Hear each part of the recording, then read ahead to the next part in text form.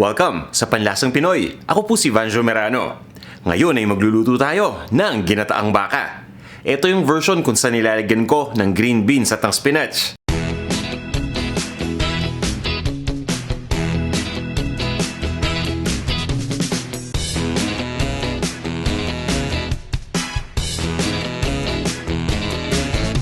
At ito yung mga ingredients na gagamitin natin para sa recipe na to. Beef chuck o paypay, hiniwa lang natin into cubes. Baby spinach, long green beans o Baguio beans. Ito naman yung gata. Gagamit din tayo dito ng sile, ng luya, pati na rin ng sibuyas. Sibuyas na pula ang gamit ko dito.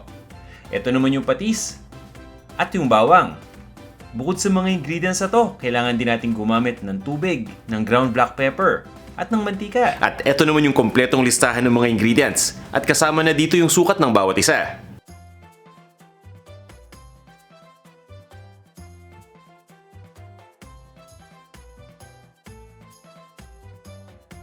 Kung handa na kayo, tara na. Umpisa na natin ang pagluluto. Magluto na tayo.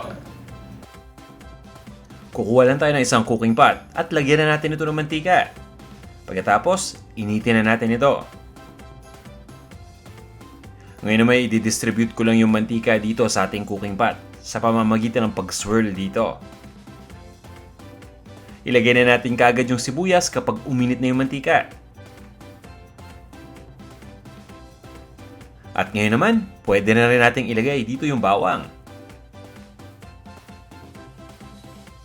Ang ginawa ko dito sa bawang ay chinop ko lang o hiniwa ko lang ng maliliit na peraso. Pwede rin ninyo itong dikdikin muna bago ninyo hiwain. Kukunin na rin natin yung luya at ilagay na rin natin dito. Papabayaan lang nating mag-isa itong luya dito sa sibuyas at sa bawang. At itutuloy lang natin ang pagluto dito hanggang sa tuluyan na lumambot yung sibuyas. Sa puntong ito yung malambot na yung sibuyas, luto na yung luya at yung bawang. Ilalagay na natin dito yung karne ng baka o yung ating beef chuck o yung paypay. Hiniwa ko lang ito into cubes. Nasa sa inyo kung gaano kalaki yung hiwa na gusto ninyong gawin dito sa baka. At ang kailangan lang natin gawin dito ay iba-brown lang natin yung baka. So itutuloy lang natin yung pagluto dito hanggang sa maging light brown na yung kulay ng outer part nito. At bukod dito sa beef chuck, pwede kayong gumamit ng ibang parte ng baka. Kagaya ng beef sirloin o beef tenderloin, nang sa ganun ay mas mabilis itong lumambot.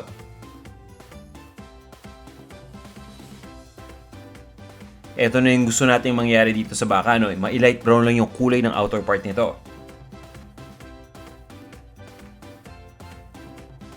Sa puntong ito, ihahanda na natin yung gata o yung coconut milk at ibubuhos na natin dito sa ating cooking pot. Ang gamit ko dito yung coconut milk na delata. Pwede kayong gumamit ng sariwa dito, syempre mas maganda yon. Mas maganda kapag yung unang piga o yung kakanggata ang gagamitin ninyo. Pero pwede rin tayong gumamit ng pangalawang piga dito. Haluin lang natin. At pagkatapos ay maglalagay lang tayo dito ng tubig.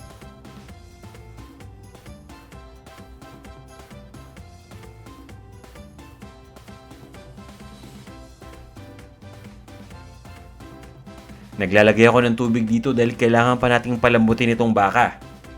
Ang susunod nating gagawin dito ay tatakpan lang natin itong ating cooking pot.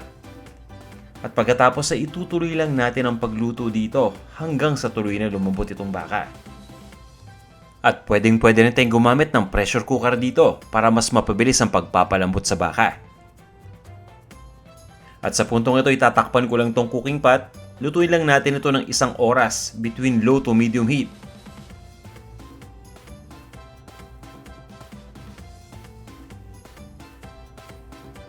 At makalipas ang 1 oras, tanggalin lang natin yung takip. At pwede na tayong maglagay ng sili dito. Haluin lang natin itong ating mixture. At importante na hinahalo natin itong mixture natin kahit every 15 minutes. Ngayon ay kunin na natin yung sili. At itong sili o yung Thai chili na gamit ko ay optional ingredient lang. Kung hindi kayo mahilig sa maanghang, pwedeng hindi na kayo maglagay ng sili dito.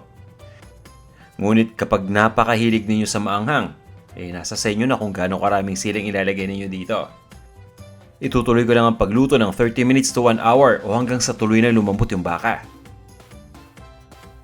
At sa puntong ito, malambot na yung baka. Hahaluin lang natin itong mixture uli. At ilagay na natin yung ating long green beans o yung tinatawag natin na Baguio beans. Haluin lang natin ito. At pagkatapos ay tatakpan lang natin itong ating cooking pot at lutuin lang natin ito ng 3 minuto. At bukod sa ingredient na to, pwede rin tayong gumamit dito ng sitaw o ng sigarilyas.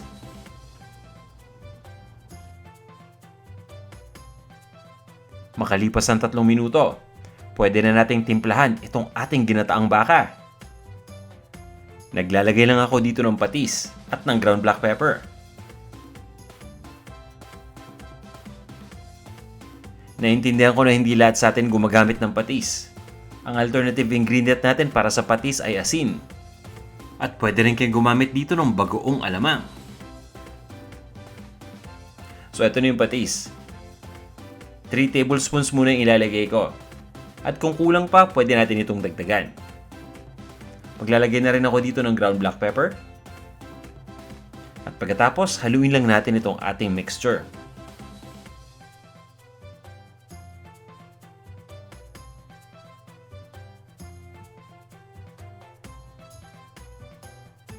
At ngayon ay pwede na nating ilagay yung baby spinach. Pwede tayong gumamit dito ng regular na spinach sa recipe na to. At mas maganda kung nasa Pilipinas kayo, kung meron kayong malunggay na sariwa, pwede rin yan dito. Takpan lang natin itong ating cooking pot, ituloy natin ang pagluto ng 1 minuto lang. At pagkatapos, haluin lang natin itong ating ginataang baka. Ilipat lang natin ito sa isang serving bowl. At iserve na natin.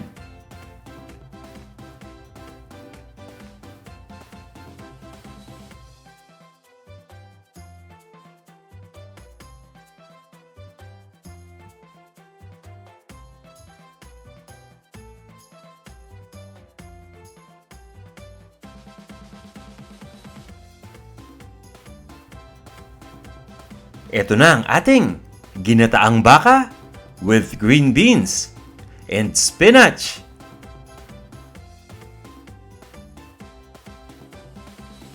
Tara, tikman na natin to. Ito na yung ginataang baka na nilagyan ko ng green beans o yung tinatawag natin na Baguio beans.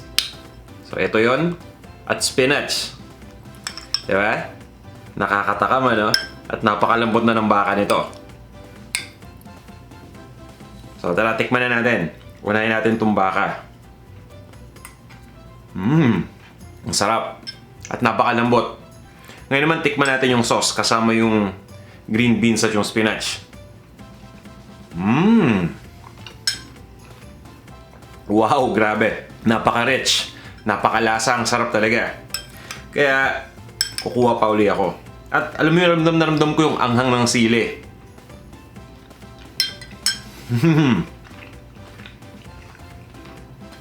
Ang sarap. Kaya to, kain ako ng kain. Ang gusto ko dito yung may konting litid. Yan. Pero syempre yung iba sa atin, ayaw ng cholesterol, kaya umiiwas sa litid. So, ano yan, nasa sa inyo, no? Nagkataon lang na masarap kumain ng litid para sa akin.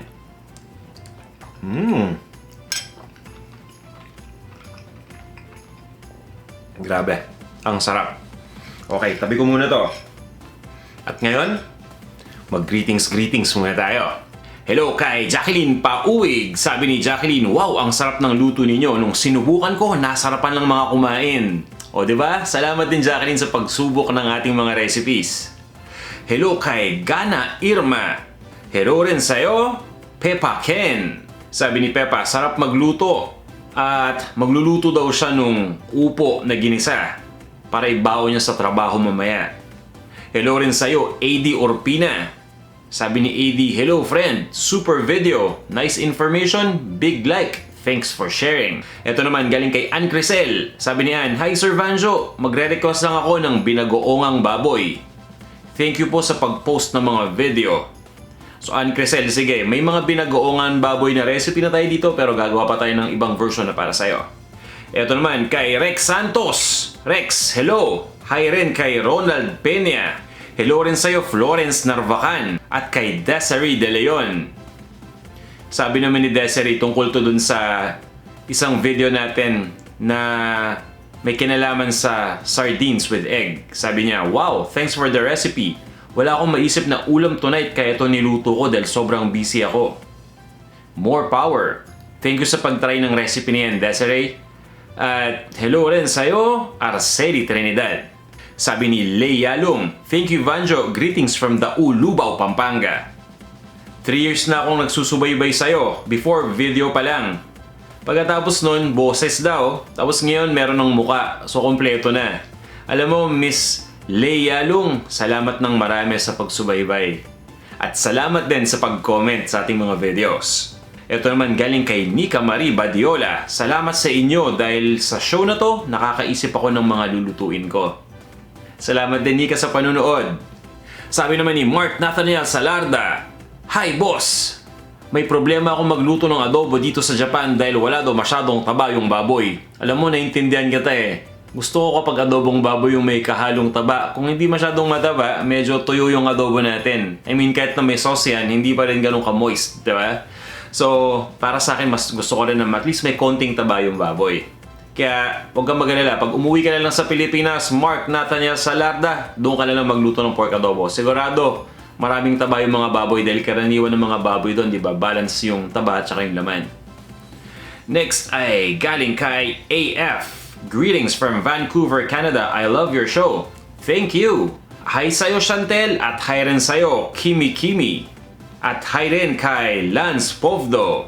Sabi ni Lance, hello po Kuya Vanjo. Dahil sa'yo, marunong po ako magluto ng kaldereta. Salamat po. Ito naman, galing kay Mitch, na taga Japan. Sabi ni Mitch, hello po, I'm Mitch. Japinoy po. Japanese siya at Pinoy, kaya Japinoy.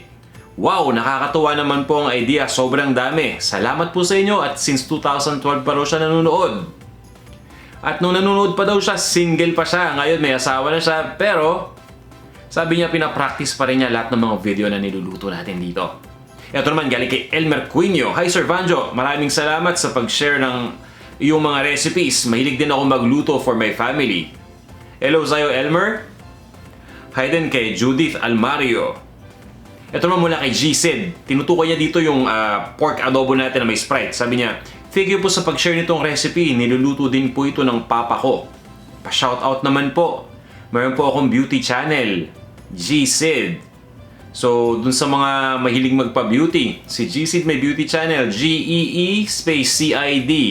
Ayun, check nyo lang siya. Hello rin kay This is Ann. At kay Ismael Arsenio Jr.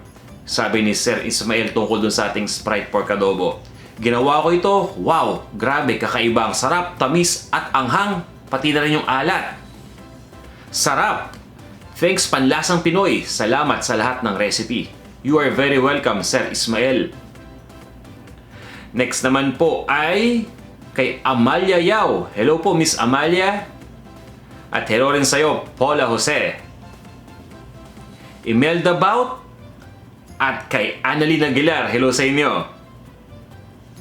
Pati na rin kay Wins9909 at kay Kelly51757. Pati na rin kay Roy Degito.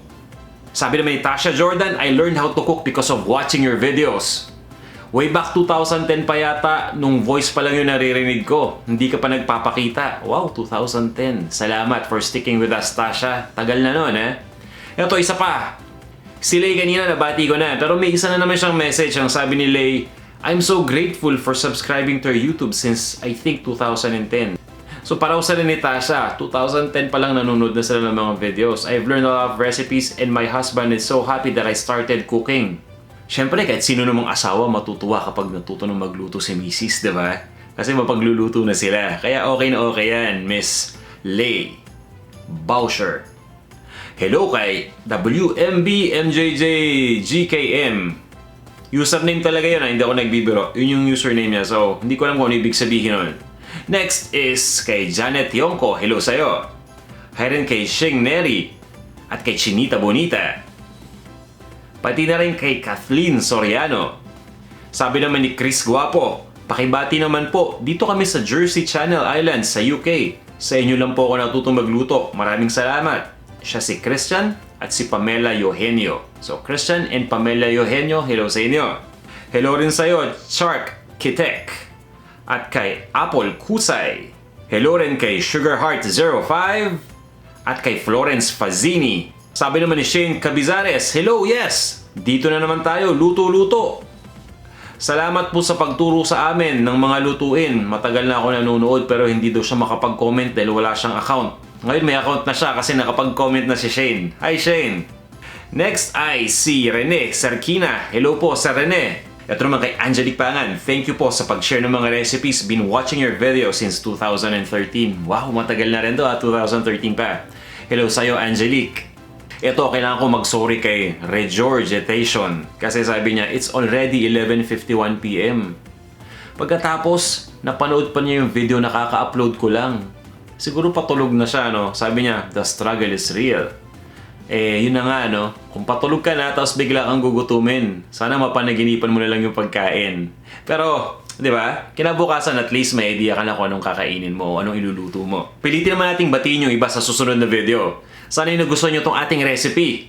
Huwag nyo sanang kalimutang i-like tong ating video. At kung hindi pa kayo nagsasubscribe, sana yung mag-subscribe kayo dito sa ating Panlasang Pinoy YouTube channel. O paano, magkita-kita na lang ulit tayo sa susunod. Maraming salamat ulit.